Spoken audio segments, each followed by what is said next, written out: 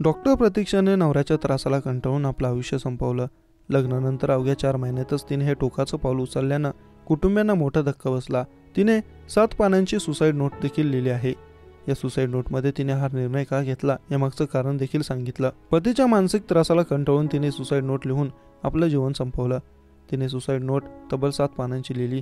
यात तिने आपल्या मनातल्या सगळ्या 4 महिन्यांच्या भावना व्यक्त केल्या. नवऱ्याने इतकं छळलं, मानसिक त्रास दिला, तरी तिचं त्याच्यावरचं प्रेम कमी झालं नाही. फक्त तिची अपेक्षा एकच आहे, जी तिने या कवितेतून मांडली.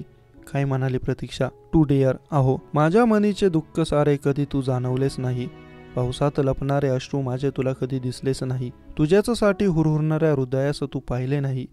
तुझ्यासाठी झटणाऱ्या हातांना कधी चुंबले नाही. नशीब बांधले होते आपले, नाही त्यात षडयंत्र काही. हा पण प्रेम होते आणि आहे, दोष याला त्याला देण्यात कसला काहीच अर्थ नाही.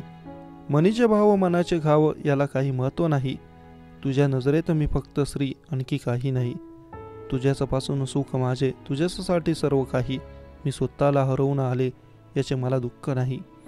तू फक्त जपावे मला, याहून जास्त अपेक्षा नाही. तुझ्यासाठी मी सगळं करेल, यात काही शंका नाही. तुझ्याशी भांडता भांडता तुझ्यात किती गुंतले कळलेच नाही. तुझ्या प्रेमात पडताना मी स्वतःला कधी रोखलेच नाही. तुझ्या प्रेमात पडताना मी स्वतःला कधी रोखलेच नाही.